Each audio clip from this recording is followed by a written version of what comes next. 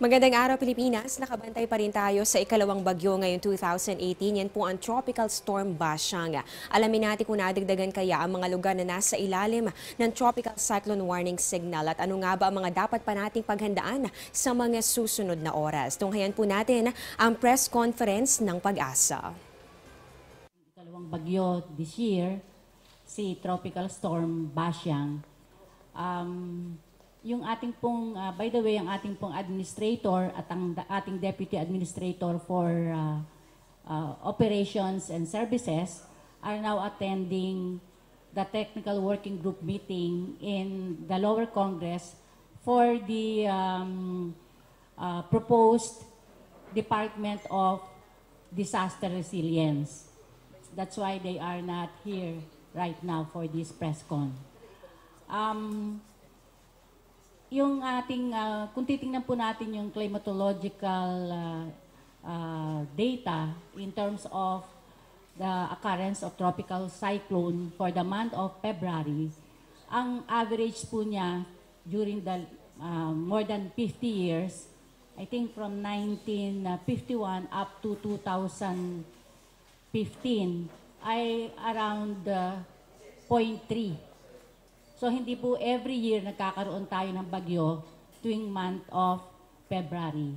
So ito yung buwan na talagang kokonti po yung bagyo or maliit po ang probability na magkaroon tayo ng bagyo. And kahit maliit, this year nagkaroon tayo ng isang bagyo. So far meron tayong isang bagyo and our forecast I think 0 or 1. So sa ngayon meron na tayong isang bagyo. So, kaya po natin pinatawag ito, storm na siya, and expected to make landfall. So, para maabisuhan po ang ating mga kababayan na daraanan nitong ating tropical storm, Bashang. So, we appreciate na narito po kayo, yung ating mga kasamahan sa media, para matulungan ang pag-asa na maipaabot sa ating mga kababayan ang posibleng maidulot na mga sakuna nitong ating bagyo na si Tropical Storm Bashang. Okay. Again, magandang umaga po sa ating lahat. Okay, thank you very much, Dr. Flaviana Hilario, the Deputy Administrator for Research and Development, para po sa opening statement. By the way, bago ko tawagin yung update about sa bagyo, I'd like to acknowledge also our Pag-asa Regional Services Division, naka-videocon tayo, Tuguegarao, Legazpi, Mactan, and El Salvador. Okay, so ngayon po ay tawagin na ho natin si Ariel Rojas, ang ating weather forecaster, para po sa update. Thank you, ma'am. Good morning po. Ito po ang latest update natin kay Tropical Storm Bashang. Kanina pong 10 a.m., yung kanyang sentro ay nasa 620 kilometers east-southeast ng Hinatuan, Surigao del Sur.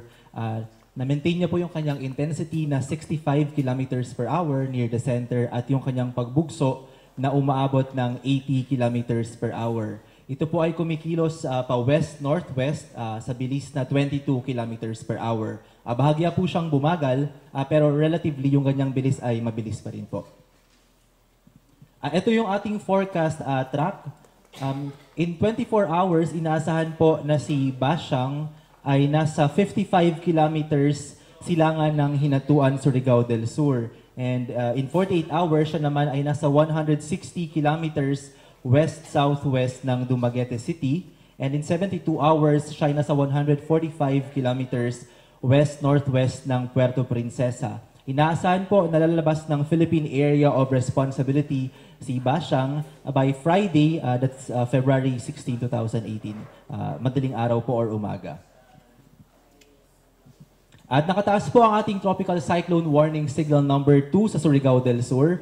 Samantalang dinagdagan din natin yung mga lugar kung saan nakataas ang ating Tropical Cyclone Warning Signal number 1. Ngayon po nakataas na yan sa southern part ng Eastern Samar, southern part ng Samar Province, buong Leyte, Southern Leyte, Bohol, Cebu, Negros Oriental at Siquijor. Meron din po tayong signal number 1 dyan sa Surigao del Norte, Dinagat Islands, Agusan del Norte, Agusan del Sur, Davao Oriental, Compostela Valley, Davao del Norte, Camiguin, Misamis Oriental, Misamis Occidental, Bukidnon, Lanao del Norte, Lanao del Sur, at northern part ng Zamboanga del Norte. Ito po yung inaasahan natin na rainfall based po sa forecast ng ating models. In 24 hours or tomorrow po, inaasahan po na since lalapit na yung si Bashang sa Philippine landmass, ma-experience na po yung rainfall sa eastern section ng bansa sa may Bicol region, eastern Visayas, at sa may northeastern part ng Mindanao. At haba pong pag naglandfall na po itong si Bashang at patawid na po dito sa may, or palabas na dito sa may Bohol Sea, inaasahan po na mas lalakas pa po ang dalang pagulan nito sa may eastern Visayas at sa may Caraga at northern Mindanao. Pag nag-combine na po yung tail end ng cold front at itong si Bashang, asahan po na mas malakas ang pagulan dito. At in 72 hours or pag nakatawid na po dito sa may Sulusi, itong si Bashang, ay hihina po yung pagulan dito sa may Visayas at northern part ng Mindanao at sa Bicol region, pero lalakas din po ang pagulan dito sa may Palawan area. Ano pong dapat asahan ngayon? Parehas pa rin po kung hindi magbabago ang tinatahak na direksyon at bilis ni Bashang, ito ay magda-landfall sa may Caraga region bukas ng umaga, February 13. Asahan po, tulad ng pinakita kanina ng ating output mula sa models, ang kalat-kalat hanggang sa malawakang katamtaman hanggang sa may kalakasan na pag-ulan, starting today sa may Davao Oriental, Caraga at Eastern Visayas. At yung mga kababayan natin na nasa flood-prone at landslide-prone areas ay pinag-iingat laban sa mga pagbaha at pagguho ng lupa, at kung kinakailangan ay magipag-ugnayan sa local DRRM offices kung kailangan ng lumikas. Dito naman sa ibang bahagi ng Visayas, Mindanao at Bicol region, magkakaroon ng maulap na kalangitan na may kalat-kalat na mga pagulan at thunderstorms dahil yan sa trough o extension ni Bashang. At dito sa ibang bahagi ng Luzon, sa Metro Manila, magkakaroon tayo ng magandang panahon maliban sa minsanang mga pag-ambon at pag-uulap dahil yan sa hanging amihan. Mapanganib po ang pagbabiyahe sa karagatan dyan sa seaboards ng Northern Luzon at Eastern seaboards ng Central at Southern Luzon dahil yan sa ating gale warning dahil sa hanging amihan. Samantalang sa Eastern Visayas naman at yung mga lugar kung saan nakataas ang tropical cyclone warning signals, hindi po pinapayagang pumalaot ang anumang uri ng sasakyang pandagat. At pagkatapos po ng landfall, dito sa may Caraga, mag-traverse po si Bashang sa may Caraga at Northern Mindanao palabas ng Bohol Sea, patawid hanggang sa Sulusi at inaasahan na sa Huwebes, February 15, ito po ay tatawid rin sa gitnang bahagi ng Palawan and again palabas sa West Philippine Sea by Friday morning. At yan po ang latest update kay Bashang. Okay, maraming salamat Mr. Ariel Rojas, our weather forecaster, for that update. Ngayon ay pakinggan naman natin si Mr. Danilo Flores, ang ating hydrologist para sa hydrological update. Magandang umaga sa ating lahat. Ito naman po ang ating update dito sa monitor nating mga dams dito sa Luzon.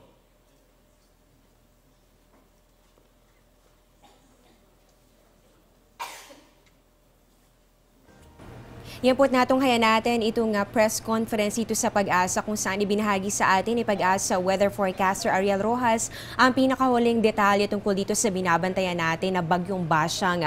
Huli po yung namataan sa line 620 kilometers east-southeast ng hinatuan Surigao del Sur. At taglay po nito ang lakas ng hangin nga abot pa rin ng 65 kilometers per hour at pagbugsong papalo naman ng 80 kilometers per hour. Bahagya po ito nga bumagal compare nitong mga nakalipas na oras, pero patuloy pa rin ang pagkilos niyan pa west-northwest sa bilis po ito na 22 kilometers per hour. Kung hindi magbago ito nga current speed and direction ng bagyong Bashang, posible pa rin niyang maglandfall o tumama dito yan sa bahagi ng Caraga region bukas po ito ng umaga. So doble ingat para sa mga residente ng nabanggit na lugar. Kung hindi din po magbago ito nga movement ng nasabing bagyo, posible po niyang makalabas na ng Philippine Area of Responsibility sa darating na Biyernes ng umaga. Sa ngayon, nakataas ang Tropical Cyclone Warning Signal number 2. Dito yan sa Surigao del Sur kung saan posibleng maranasan ang lakas ng hangin nasa 61 to 120 kilometers per hour sa loob yan ng 24 oras. Ang signal number 1 naman nakataas sa Agusan del Norte, Agusan del Sur, Bohol, Bukidnon, ganun din sa Camiguin. Nasa ilalim na ng signal number 1 ang Cebu, Compostela Valley, Davao del Norte, Davao Oriental at maging ang Dinagat Islands. Nakataas din ang kaparehong signal dito yan sa Lanao del Norte, Lanao del Sur, Leyte, Misamis Occidental at pati na rin sa Misamis Oriental. Kabilang din po dito ang Negros Oriental, northern portion ng Zamboanga del Norte, Siquijor at pati na rin ang Southern Leyte. Nasa ilalim rin ng signal number 1 ang southern portion ng Eastern Samar, southern portion ng Samar at ganun din ang bahagi naman ng Surigao del Norte. Sa mga nabanggit na lugar, paghandaan ng hangin nga abot ng 30 to 60 kilometers per hour sa loob po yan ng 36 hours. At paalala po sa mga residente ng mga nabanggit na areas, maaaring maganda pa ang panahon ngayon pero gamitin po natin itong natitirang oras, yan po yung lead time na tinatawag natin para makapaghanda po kayo dahil in the next 36 hours ay posible na po ninyong maramdaman ang direktang epekto ng bagyong Basyang. At ang maidadag ko na rin ang naibahagi sa atin ni weather forecaster Ariel Rojas kanina sa press conference na after po nitong tumama dito sa Caraga region ay tatawirin ng bagyo itong northern Mindanao area, saka po ito lalabas naman dito sa bahagi ng Bohol Sea at inaasahan din po natin na magkukross ito nga nasabing bagyo dito yan sa Central Palawan bago po ito tuluyang makarating dito sa West Philippine Sea. At ulitin ko po, maaari po yung lumabas ng Philippine premises by Friday morning. Inaasahan din natin in the next 24 hours na posible pong maranasan na ang maulang panahon dito yan sa Bicol region, ganun din sa Eastern Visayas, Northern at pati na rin sa Eastern parts ng Mindanao at posible rin na mag-combine yung effect nitong bagyong Basyang dun po sa effect din nitong inaasahan natin na pag-iral naman ng tail end of a cold front. Kaya patuloy po nating babantayan ang mga pagbabago dito lamang sa Panahon TV. Yan muna ang latest mula rito sa Pag-asa. Ito ang Panahon TV kung saan walang pinipiling panahon ang pagbibigay impormasyon. Ako po si Amor La Rosa. Mag-ingat po kayo.